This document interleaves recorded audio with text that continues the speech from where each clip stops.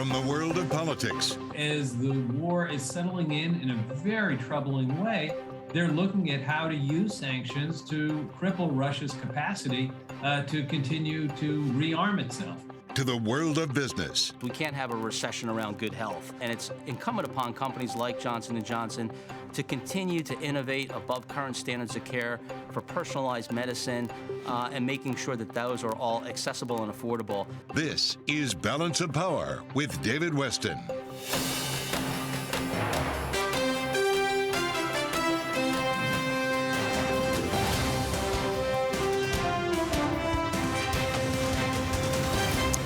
From Bloomberg World Headquarters in New York to our television and radio audiences worldwide, welcome to Balance of Power. For a special edition of our program today, we welcome for an extended discussion the Chairman and Chief Executive Officer of Bank of America. He is Mr. Brian Moynihan. Brian, thank you so much for being with us. You had your earnings out on Monday. The stock is up on the news. You reported a lot of good news across the board. But let me tell you, here at Bloomberg, every quarter we spend a lot of time trying to figure out the differences and the similarities among the big banks. You're certainly one of those big banks. But give me your perspective on how Bank of America stood apart from the others on this earnings. Well, David, good to see you again. Simply put, the organic growth engine that our company represents, that we were before the pandemic, has fully kicked back in. So we had a growth in what they call PP&R, profit before the provision expense. We had a growth in revenue. We had a decline in expenses. We had operating leverage. And I think that's, whether not comparing to other companies, but that's why the market reacted favorably to our earnings, is we have more customers doing more with us and making more money doing it, and doing it the right way. Earnings were down a bit, but that was really investment banking fees, and some of the market-based businesses were a little more challenged in the first quarter because underwriting stopped. So, Brian, one of the reasons, there are a lot, but one of the reasons we love talking with you is because Bank of America and you really have access to an awful lot of the U.S. economy, whether it's individuals or it's small companies, medium-sized companies, big companies. And you have a real sense of where the economy is. And the one riddle that I have is you reported, for example, the consumer's doing really well. Your credit cards are up. Lots of things are up from the consumer. It sounds like the economy's doing well. But we have a lot of concern about a possible recession. Even Bank of America, you did a survey of fund managers that said that was their biggest concern, was a possible recession. Economists are saying that. How can you square those two things? Why are people concerned about recession when you see strength in the economy? So let's separate two pieces out. Number one, our core estimate for GDP growth for the United States by Candace Browning-Platt and our research team, which is one of the best in the business, is 3.3% for 22 and 1.8% for next year. And that includes significant rate rises by the Fed. And so there's a belief there that the Fed gets it right, that they have a soft landing, to engineer a return to trend growth, as the saying would go. The reality is there's debate around that. And will they have to engineer a harder landing just because the amount of inflation in the system has to be pulled back? But going to the second point, what is different this time than, say, the last rate cycle where they moved up in the 18-19 range, is even though unemployment's down, and it's down, at that point in 19, wages weren't growing as fast. Wages are growing very fast. At that point, customers had money in their accounts, but not like they have today because of all the stimulus dollars. And at that point, frankly, businesses were at the long end of a major recovery, 10-year recovery, one of the longest ever, if we remember talking about it before the pandemic. So the thing was sort of long in the tooth. Now it's almost like a restart due to the fact that you had the pandemic, the pullback, business closures, and you're coming back out of a ton of stimulus. So that's the two ways to think about it. So there's going to be a tug of war and there's a little tension, but as the market says, don't fight the Fed. And as I said yesterday, I wouldn't fight the American consumer, because what we see in our customer base, that I'm happy to talk more about, David, if you want, is tremendous customer activity by the Bank of America customers, which are 50 million strong. Well, that's exactly what I'd like to talk about, and that is what you're hearing from your customers. As I say, you get to talk to a really wide range of customers. Are they concerned about the possibility of recession? Customers, as you said, the people who manage money for a living are always worried about a recession. Our economists always have the recession probability of 15-20% at all times in the next 12 months, because things can go wrong. But what's on people's minds, obviously, is obviously there's a major war going on in Ukraine and a major humanitarian issue. That how the world will react to that, how that will not just necessarily Russia exposure, which is limited for our company, but how it backs into the European economy and whether the European economy can continue to grow, and then how that affects the world economies. That's a worry. The inflation worry in the United States, and will the Fed get it right? Then the supply chain. We've been talking about this for a good while, but the supply chain is continuing to ebb and flow, and you saw some of that in China's announcements. That's more on the business side. But when you go to the consumers, it's not what they talk about. People survey them and they say, this is what I'm worried about. The question is, what are they doing? And in the month of March, they spent about, fairly stated, 13% more money out of their accounts and with their checks, with their Zelle, with their credit cards and debit cards than they did last March. When you think about April so far, it's up 18%. Those are numbers that square with a very strong economic activity level. And so what are consumers spending on? They're spending some more on fuel, but that's not, for the broad base of consumers, that's a more modest impact. For lower income, it has a higher impact, and that's one of the issues we have to deal with in society. But what they're spending on, travel and entertainment, restaurants, they're moving around again at levels they haven't as we got through another wave in the Omicron virus. And so there's another worry is what happens with the pandemic. So consumers are spending a lot more. But the most interesting part is we look in the accounts of our consumers and say, what do they have? And a consumer with $1,000 to $2,000 before the pandemic, average in their account, now has $7,000 in account. A consumer with $2,000 to $5,000, $3,000 to $5,000 before the pandemic now has $13,000 in their accounts. Cleared average balances. And so they have more money to spend, and they aren't borrowing on their lines. The credit card balance is still $20 billion off. All that says there's a lot of dry powder on the consumer side. So that's the tension. So that's the good news. I don't know what they say and worry about, but I can tell you on a given day, they're spending money and engaging in the economy. Brian, let's go below those numbers just in this step. You did a report for Bank of America that went into how those numbers were distributed in terms of what they're using their credit cards for.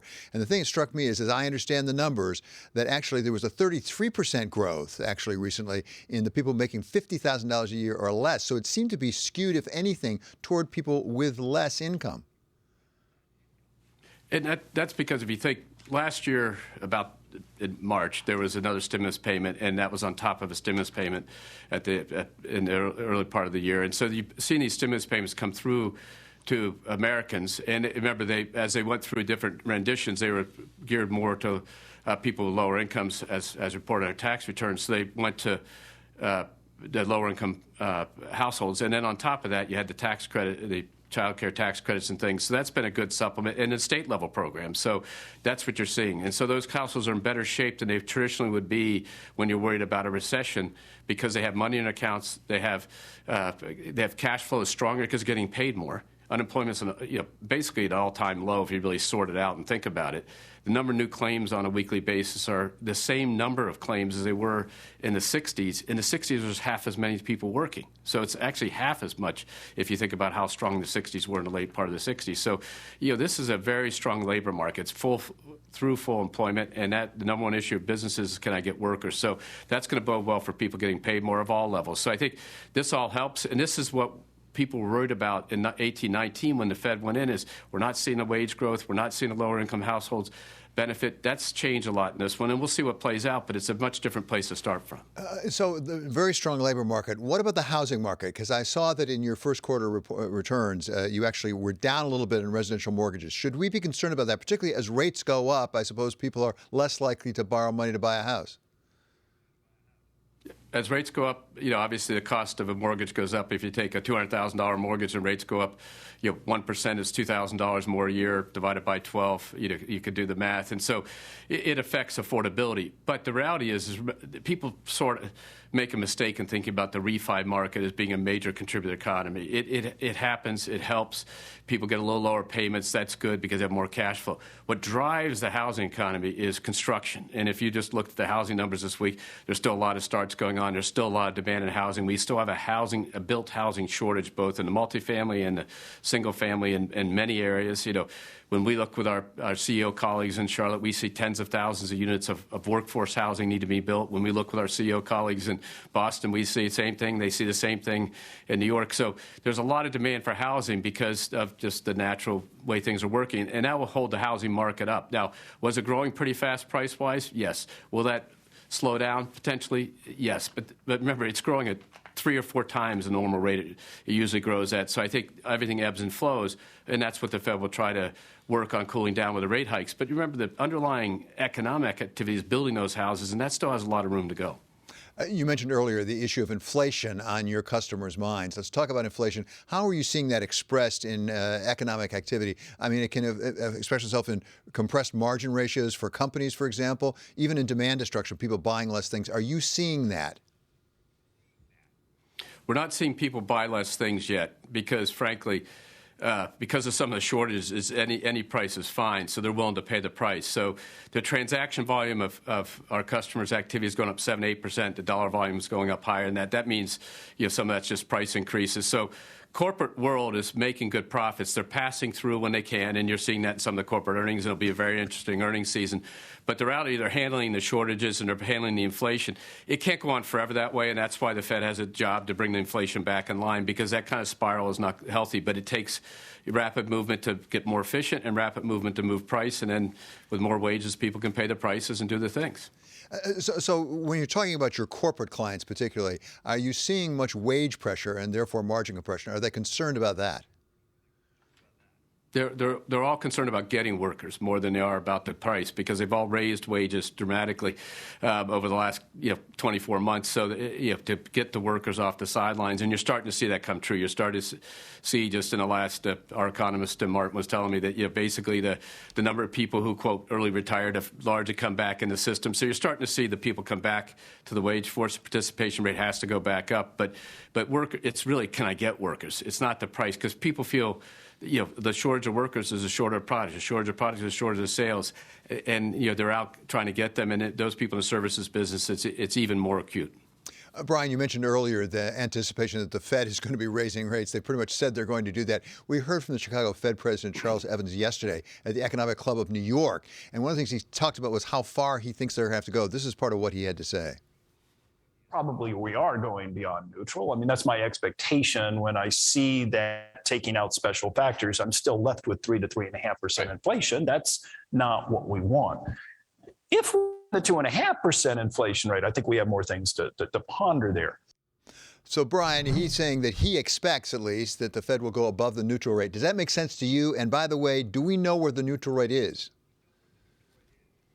Well, I think our economists, likewise, going back almost 2 months ago now, put a pretty aggressive, I think at the time they said 7 rate increases, 7 quarter-point rate increases this year, and people were like, that can't happen, and all of a sudden the market moved with them. So, our people are pretty thinking they got to move pretty hard, quickly, and they have the license to do it, because they're talking about 350 basis point hikes at the next 3 meetings and things like that. So Ethan Harris and team are better to give you the exact estimates, but the reality is, if you even listen to the Chair Powell and others, and just like the president there, the idea is they're going to have to move past, because the inflation is much higher than what they were dealing with in 19, where it was barely getting the target level. Now it's clearly through it, and so they'll move past it, but they'll bring it back down. I mean, people forget they'll come up and come down if they have to. It's not like they just sit there and wait it out. So, yes, they're going to have to move higher than what people may feel a short-term rate is what the economists believe, and I think the data shows it.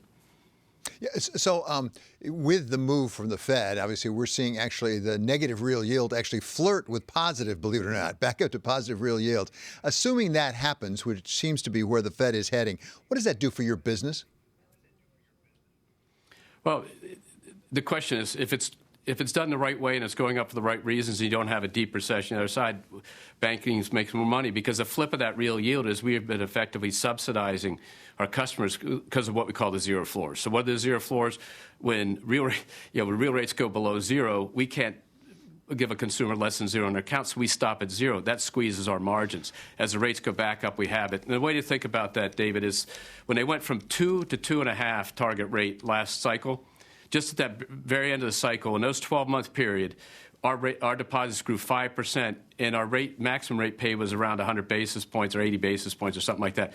Why is that true? Because the checking balances at zero don't go up, and that's why it's good for our bank, is because we've basically been at a floor, which is, basically been subsidizing the customers for many years. And frankly, remember, I've been CEO since 2010, and most of my career is in a zero-rate environment. It was just a short period of time where it moved, and it went right back down with the pandemic. But the reality is we'll make more money, and we told people what those estimates were for NII, $600+ million next quarter, and then grows from there. And we have $2 trillion in deposits, and they're very stable, and it'll be very good for our bank. given that it's done in a way that doesn't create a deep recession on the other side. $2 trillion in deposits, really important. Last time I checked, I think Bank of America is the largest dollar deposit taker in the world. Do you have to pay more for those deposits in a world where you're going into positive real yields and the rates are going up? And it's been a long time since we actually bought CDs and we thought we'd make some money off of them.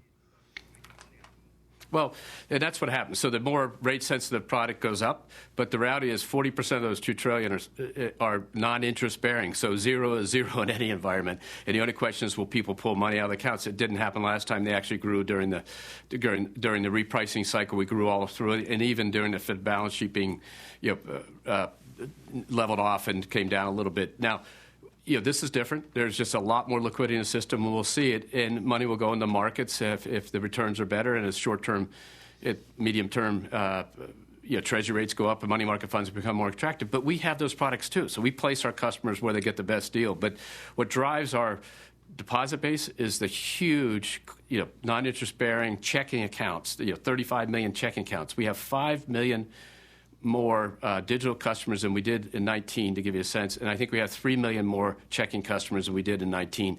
And those customers, that money in motion, stays with us and stays low price. In our middle market banking stuff, it's similar, little different mix type of debate, but it's a similar thing to our operating accounts. I mean, that is the money that's in motion, those companies. So we have a lot of customers with their operating accounts. Therefore, we're a lot less sensitive. The highest we got last time, I think, was 80 basis points. Brian, you mentioned earlier this horrific war going on over in Ukraine. All of us, I think, are horrified by what we're watching. I understand Bank of America doesn't really have much exposure in Russia in that sense. But more broadly, do you expect the enormous risk we're seeing? Certainly this war brings it home to all of us. This is a thing that I think most of us never thought we'd see in our lifetime. But you also have supply chain issues. You've still got COVID-19, particularly over in China. Do you think that might affect the stress tests? Do you think they might be tougher this go around? Well, we've already submitted them, and we do those scenarios all the time. And so the scenario baked, largely it gets back, and you can see the variables are published, to an unemployment rate as high as it's ever been, 10% plus, to a drop in the market, to a drop in the real estate markets. And frankly, how you get there can be a little bit different depending on some things, but mostly it's that the impact on that is through the core credit portfolios in terms of consumer credit, commercial credit, a little bit of counterparty losses under the stress test scenario. So that you can see, and we've had strong capital, and our losses are lower than anybody else in the industry across the last 7 or 8 stress tests. So even though the scenario changes, the outcomes, the outputs, the variables used end up being slightly different, but around the same. More importantly, at Bank of America, under our responsible growth, we manage our business to both grow, no excuses, and do it the right way on the risk. And so what you've always seen is we're running stress tests on our own portfolios of higher inflation. What could that do? And there's some things that are fun and some that are not so fun, but we run it all the time to make sure we have the capital liquidity to withstand it. Brian, let's come back to your first quarter earnings here very specifically. As I say, you had a very strong quarter. No one would deny that. Tell me what your highlights are. And let me start, for example, with deposits and with particularly loans. Are you growing loans the way you want to? Because that has been a struggle for all the banks in the recent past.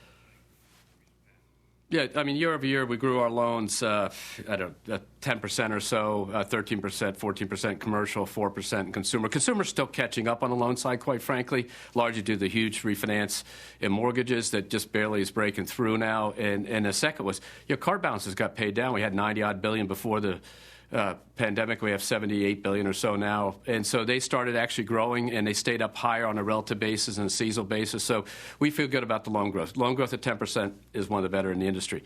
The deposit growth year over year was $240 billion, David. I mean, think about that. That's a good-sized bank, and that's just core to the great job the team does in terms of working with clients and more clients doing more with us.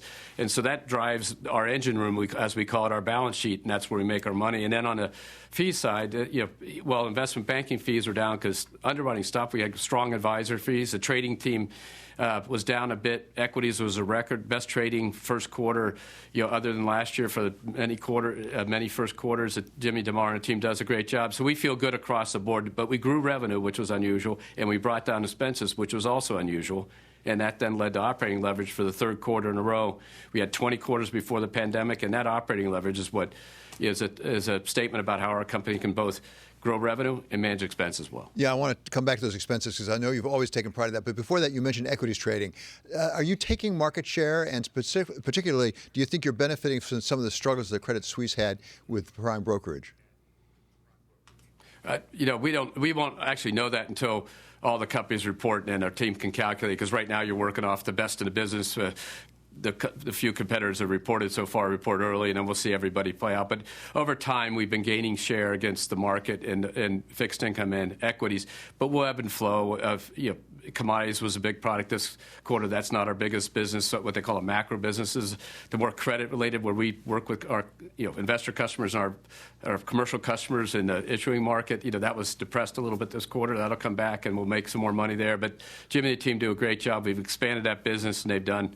But remember, we're a balanced company, and because you're in the 212 area code, David, everybody talks about trading or that. The reality is that the consumer business and the global banking businesses, loan lending and deposit taking and global transactions had great quarters in our wealth management business. The team, Andy and Sieg and Katie Knox run that. I think their revenue is up. Merrill revenue is up like 10% for the year over year, which is very strong performance. One of the things we've heard a lot about is the battle for talent, if I can put it that way. Is that easing up any, because there's a little bit less deal flow, isn't there? Yeah, it's the attrition. If you look at our company, 19, our attrition, we put it right in our annual report, was around 11, 12% or something like that.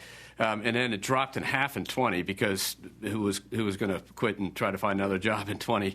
And then it went back up in 21 about to where it was, maybe 50 basis points. It's running about that level, 12, 13, which is not 12% or so, plus or minus. It's the high volume jobs where it happens in, the call centers and branches and things like that. In terms of talent in the investment banking or trading or commercial banking stuff, we're stable and we're adding new entries in the financial advisors. So we feel good about it, but it is a constant amount of work that has to be done to make sure you have a great company with great compensation, but great benefits, and also, a great other parts of what we do, how we do the business, our diversity and inclusion activities, our ESG activities, our employee networks. These are all important things to our team, and that's what we're working on also. Brian, you mentioned how well balanced your bank is. You have so many fingers in so many different pies. What about the crypto pie? We have a new mayor, as you know, in New York City who really likes crypto a lot.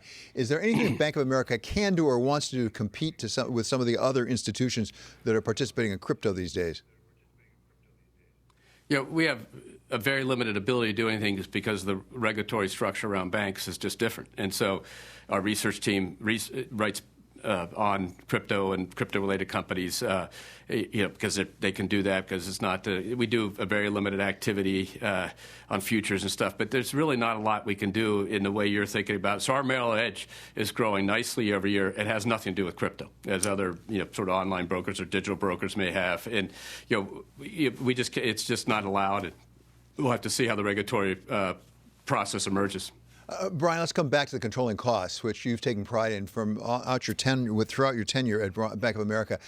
Part of that, I think, has to do with closing some branches. And I know you opened some, you closed some, but net, you're closing branches.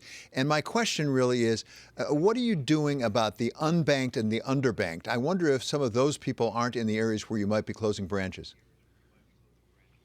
So I think if you step back from what goes on with us, goes on with any capable retailer in the world, which is you're always shifting your physical footprint and your digital footprint to make the business work better. And so, yes, we're down branches because customer behavior has changed massively. But on the other hand, when we look at where those branches are, we're deploying more branches and we're rehabbing branches. This year we'll put out 200 or 300 new branches, and we'll rehab almost 1,000 of them, and that just keeps bringing forward to what the customer demands. Now, what we look at in low and moderate income neighborhoods is our percentage of branches in low and moderate income neighborhoods is as high as it's ever been. We monitor that very carefully, and there's actually rules that require that, CRA and other things to do that, but we do it because it's the right thing to do. And then the question is, how do you impact your community? So we have a Pathways program that we started a few years ago where we hired 10,000 people to work in our branches and call centers and operations from low and moderate income neighborhoods. We completed that in 3 to 4 years. We announced another 10,000. So we're hiring from those,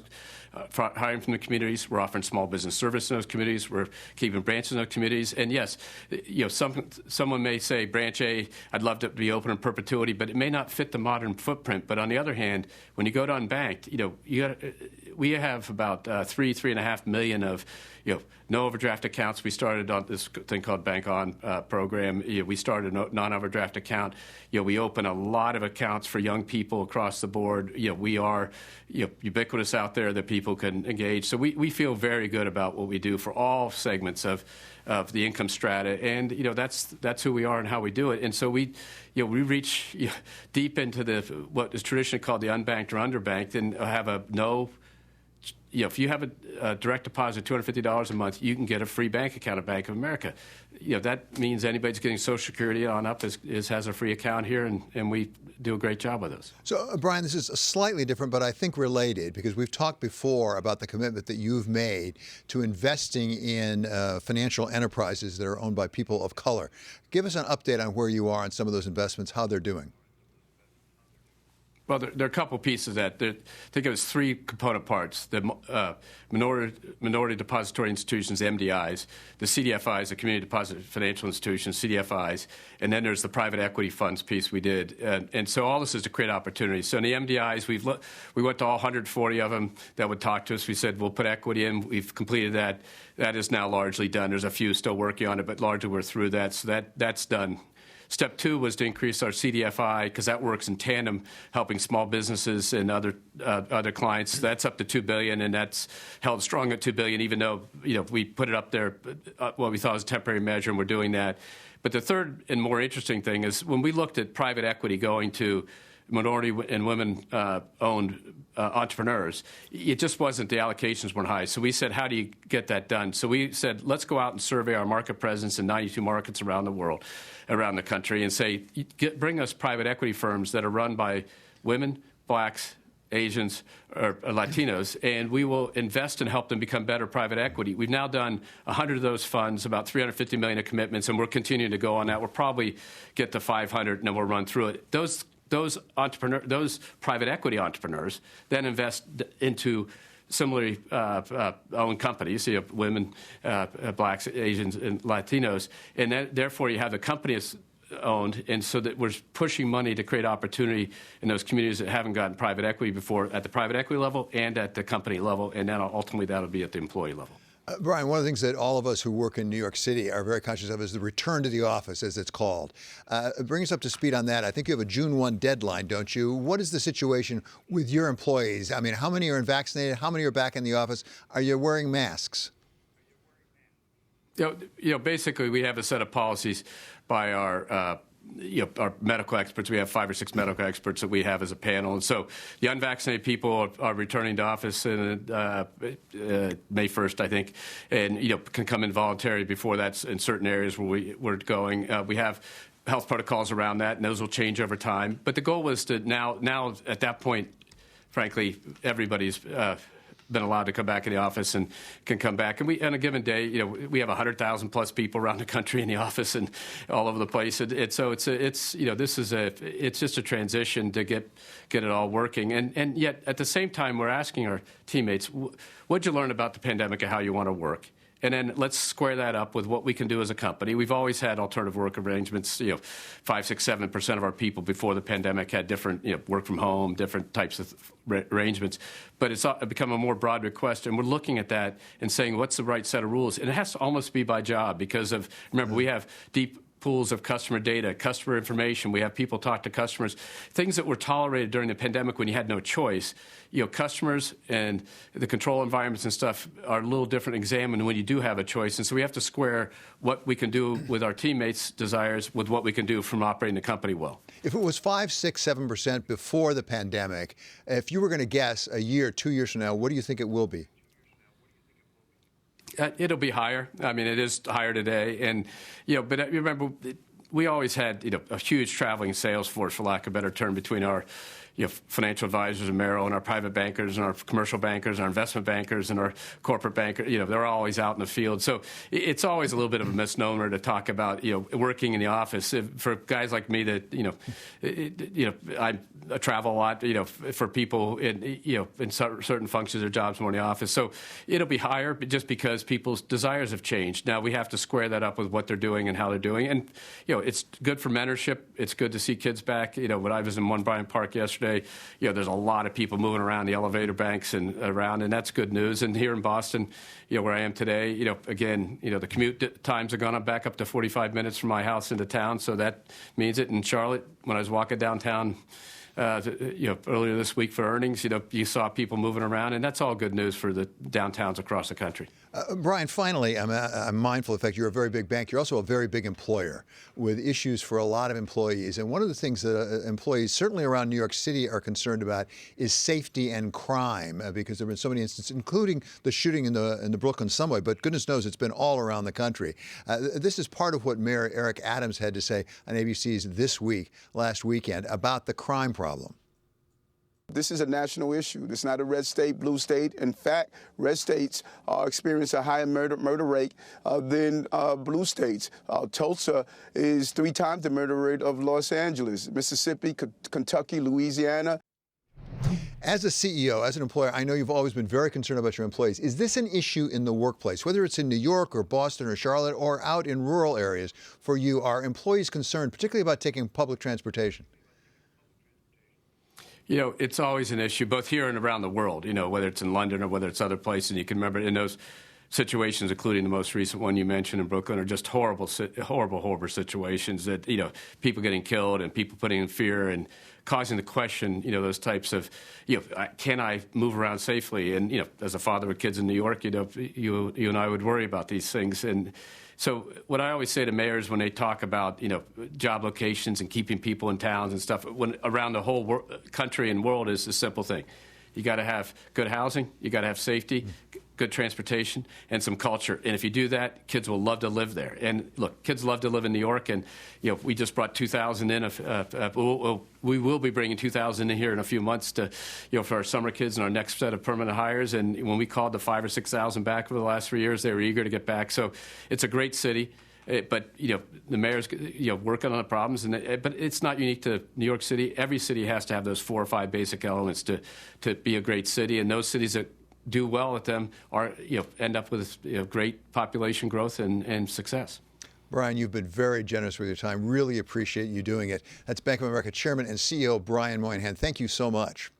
And now, for some reactions to what we just heard from Brian Moynihan, we turn to our Wall Street correspondent, Sonali Baskett. So this is your beat, if I may say, Bank of America and the other big banks. Yep. What did we learn? Well, a few things. Some really strong details here about just how good the consumer is doing, David. And you see why they don't necessarily want to raise interest rates when it comes to what they're paying their consumers for deposits, when their consumers are so flush with cash.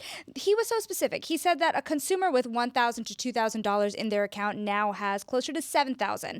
And a consumer with $2,000 to $5,000 now has closer to $13,000. So it makes sense here to see why he's more confident than some others, because he did say, David, at the very beginning of your conversation with him, that the consumer worries are not as strong as the business worries. And so you have to wonder when both of those issues will converge. Yeah, I wonder whether part of this, maybe we could talk ourselves into recession, because what he's saying is people talk about it a lot and they're concerned about it, but if you actually look at the behavior, it's not borne out. Yeah, it's not borne out, at least as far as the consumer goes, right? But when do those issues start to hit corporations? One dynamic that he mentioned to you was that issue of wage pressures. Yeah. The fact that the wage is rising is not as much of a problem still to this day, in almost May of 2022, that the issue still is the shortage of workers. And that shortage is creating a dynamic for his clients such that less workers means less product, means less revenue. Well, I wonder, I don't want to read too much into it, but you're exactly right. What he said is it's not the problem of paying more wages. They'll pay more wages. They just can't get the workers. That might suggest we haven't seen the end of the wage spiral yet. Yeah, and to your point, do you talk yourself into a recession that way, right? Because you're getting to the point where less revenue means fewer workers. So at what point do those things converge? The other thing he talked to you about that I thought was really interesting was how the talent war pertained to him. Yeah. Because attrition was the first thing that he said to you when you asked about whether he's investing in investment bankers. So that 11 to 12%, 12 to 13% attrition rate that Bank of America is facing, and that idea that they still need to be hiring and looking for advisors and investment bankers in this environment. Yeah, and they did pretty well in the quarter, actually, investment banking, as I recall. Yeah, they sure did. And wealth is still a strong business. Okay, thank you so much, Sonali, for all your coverage of Bank of America and for helping us today. That's Sonali Baskett, our Wall Street reporter. Now, keeping up to date with news from all around the world, here's First Word with Ritika Gupta. Thanks, David. In Mariupol, Ukraine today, defenders at a sprawling steel plant in the key port city say they are outnumbered and are appealing to world leaders for help. They're facing what might be their last stand. Russia is demanding they surrender. The government in Kyiv says a preliminary agreement has been reached to evacuate women, children and elderly people from the city, describing the humanitarian situation there as catastrophic.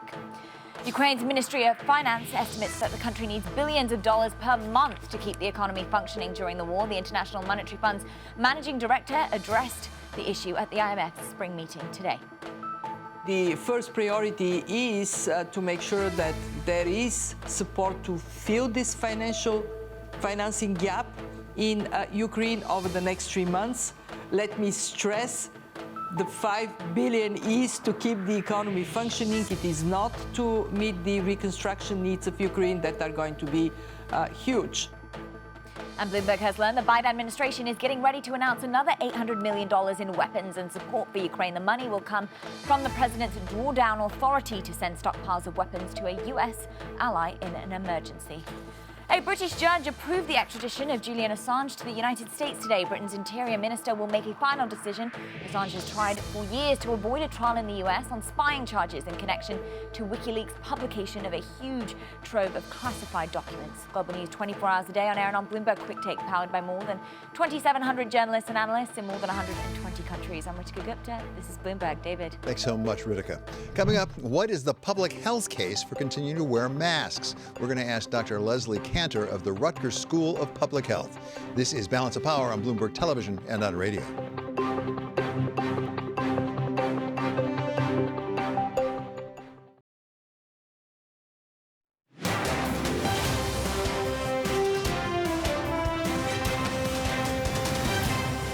This is Balance of Power on Bloomberg Television and Radio. I'm David Westin. Monday was the day that the mask mandate from the CDC for public transportation was supposed to lapse, but then they extended it, and then a federal district court judge said, no, you can't extend it. We're going to go back to not having the mask mandate. Now, the Justice Department is trying to figure out whether to appeal that decision. To take us through the science of all this, as well as the public policy, we turn to Dr. Leslie Canter. She's chair of the Department of Urban Global Public Health at Rutgers University. So welcome, Doctor. It's great to have you here. First of all, give us a sense of the science lying behind whatever the CDC is deciding here. Yeah, happy to. So I think we all wish that we were done with COVID and it would just go away. Unfortunately, what we're seeing is that we have some variants that are even more contagious than the variants we've dealt with in the past. And cases are going up in many areas of the country. And in fact, my read of the maps shows that it's going up in the same pattern we've seen at the beginning of other waves. So you're seeing cases go up in particular right now in the Northeast. And do we know whether masks make a material difference or not? We do. There's actually tons of science at this point showing that masks, especially good quality masks like KN95 or N95 masks, make a difference. They make the most difference, though, when everybody in a given situation is wearing one. So the federal district court judge basically said you didn't give a good enough reason to the CDC. That's making it sort of a generalization, but that's basically what she said. What would a good enough reason be? Because as I understand it, this is a question of whether 2 more weeks of the mask requirement would make a difference. Yeah, I mean, I think what the CDC would like is enough time to look at how these new variants behave in the United States context, given the percentage of people that are vaccinated here, the people who had Omicron during our huge wave a couple of months ago. I think they want more data. And frankly, we should all want to know that this is really safe. You know, one thing that we really do not know yet is what could be the long-term effects of multiple infections with various variants of COVID. We just don't know the answer. So from a public health and a medical perspective, I think people are wise to keep protecting themselves as best they can. I'm not saying don't do anything. I'm saying do all the things. Make sure you're vaccinated and boosted. But the other thing we really do have to remember is all of the people in our communities who cannot yet be vaccinated. Think children 4 and under. and of course, immune compromised people who may not mount good defenses as a result of the vaccine. Of course, it's one thing to say it would be smart for you to do this, we advise you to do this. It's another thing to require you to do it. And I wonder, given the importance you attach to this, you clearly think it's important, is there an argument for not actually appealing this case in case they lose it? Because it may be down the road, we need the CDC to have this authority. It might lose it if it appealed all the way up and lost. Right. My expertise is public health and not law, but my understanding is that there is a real worry from a legal perspective that if there is an appeal, if this case goes up to the Supreme Court, let's say, that actually it could undermine the CDC's powers moving forward, and then they won't be in a position to protect us from many things in the future. I mean, we always talk about it in different contexts, but I think it may apply here as well. Sometimes it's not the substance, but it's actually the way it is communicated. Does the CDC have a problem with communication here? I mean, I think a lot of us feel they do, but maybe it's easy for us. We're not trying to do it. Sure. I think there have been many mistakes in communicating throughout the pandemic, and I wouldn't just point to any one agency or any spokesperson.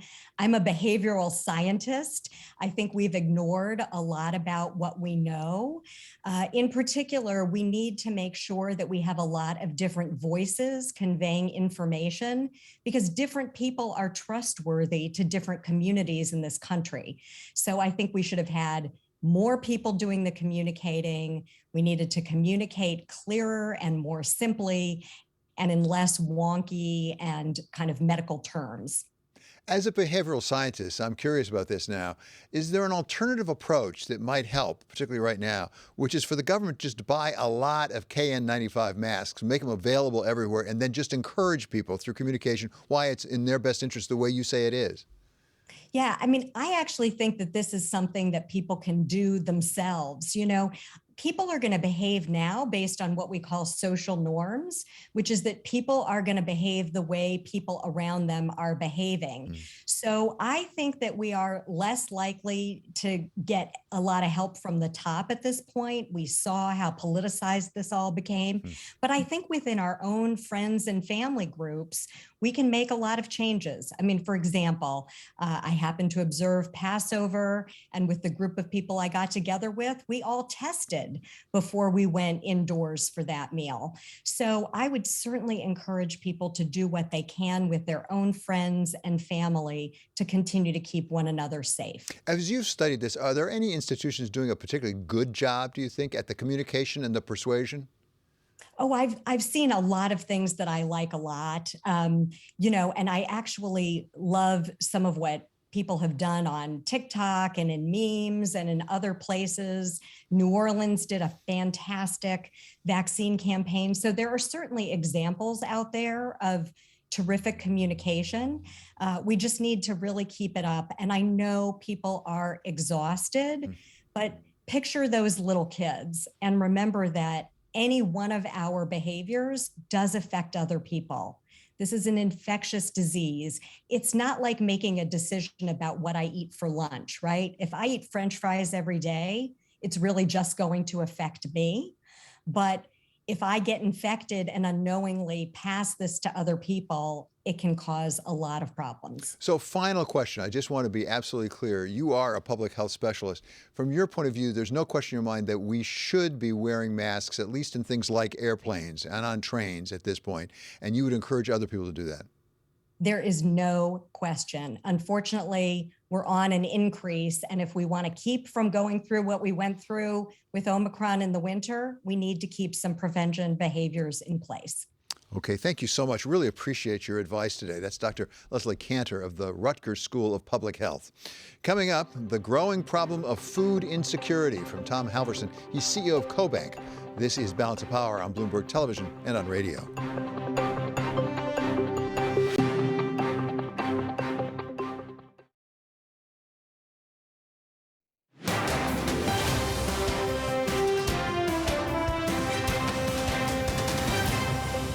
This is Balance of Power on Bloomberg Television and radio. I'm I'm David Westin. Well, food insecurity was very much on the agenda for the IMF World Bank meetings this week in Washington, D.C., with people, very senior people, including the Secretary of Treasury, Janet Yellen, really warning about it, saying she's going to convene a summit. We welcome now somebody who really knows the agricultural sector better than just about anybody. He's Thomas Halverson. He's President and CEO of CoBank. He is a banker to the agricultural sector in the United States. So, Tom, great to have you back here. So, first of all, before there was a war in Ukraine, which has certainly heightened the concern now, what was the situation with food insecurity or security? Well, but before the war started, we were already in conditions where world agricultural markets were pretty tight. Supplies were low, world stocks of grain were relatively low, prices were high. So we were already in a pretty tight position with prices at highest levels they'd been since the period 2013, 2014. But the advent of Russia's unprovoked aggression against Ukraine is having a very, very substantial impact, which is likely to last quite some time.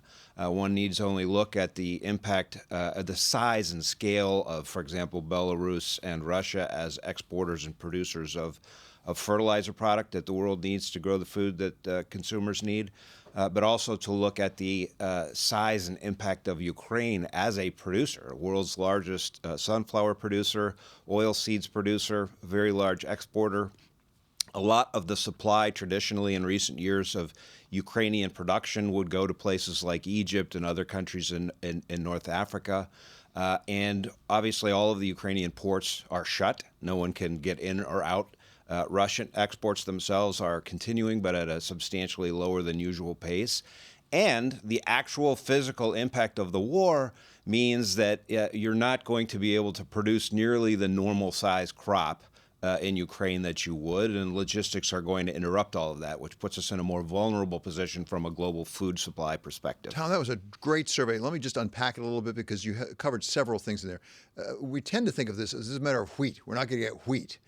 Is that part of the problem? Obviously, they're not going to be planting wheat in Ukraine right now.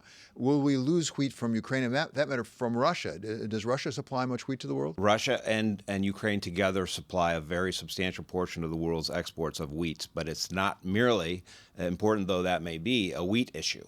Right, it's also a fertilizer issue for exports, and we need fertilizer all around the world to generate the kinds of output levels that the population of the planet requires these days. And there are a lot of other agricultural products, as I say, including products in the edible oils space, for example, where Ukraine has one of the world's greatest agricultural plots of land, if you will, and they're not going to be able to produce or move. Are there substitutes? For example, on the fertilizer front, are there places we can turn to ramp up for fertilizer? There are substitutes, and we are going to places where you can get substitutes, but obviously you can't do that in as timely or efficient a manner or without a significant impact on price. And in fact, we've seen price inflation on the cost side of agricultural production for basically everything. But it's one of the most severe places is in the fertilizer space, where it's not clear where all the fertilizer that we need for the summer and the fall and in the coming months is actually going to come from. And the substitute in some cases may be that people grow different crops that are less fertilizer intensive than they would otherwise have done, because either they can't get the fertilizer they need or it costs substantially more, makes the economics change their business decisions. As I said, Secretary Yellen has said she wants to convene a food insecurity summit. Give her and us some advice. If you had a summit on that, what would you talk about? What could you do? What are the possibilities? Well, one possibility is, we here in the United States have our original comparative advantage as a country is the ample resources of our gigantic continent and our ability to produce food. We do that more effectively, more efficiently, more safely than anybody else on the planet. And we need to have a very, very robust crop this year and next year. Our patriotic farmers and ranchers in this country are super productive.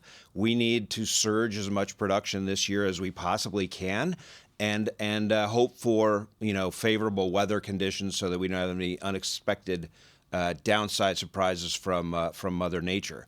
It's also true that our competitors in world agriculture need to produce big crops as well, whether it's Canada, Brazil, Australia, or indeed the European Union, because this is a global marketplace. There are a number of very large producers. and we're going to need as much production as we can to deal with the shortfalls that are caused by the war itself and the need to rebuild stocks over the coming year or two. Tom, if you can, separate out two possible risks from the shortfall. One is prices go up, people have to pay more money, they don't have as much money for other things. The other is they actually don't have the nutrition they need. Yes, clearly for the vast majority of people on Earth, the former is what they're experiencing now and are frustrated by, is that the basket of goods that they want to buy is costing more and more and more. It's gone up significantly since the war began. But out at the edges of the world's distribution and economic system, there are a lot of people who are surviving on small amounts of money and small amounts of food every day. That was true before the war. The likelihood that the number of people who are in such dire circumstances increases dramatically as a result of the war is real. And I think that's what Secretary Yellen and others, including the leader of the World Food Program, have been talking a lot about in recent days. So first and foremost, this is a humanitarian issue, obviously, Absolutely. for the people in Ukraine, but also potentially for people around the world who may not have the food they need. But this is Bloomberg, after all, and you're CEO of a bank. You also actually, I think, worked at Goldman Sachs. Does this change the investment quotient for people thinking about investing in agriculture right now?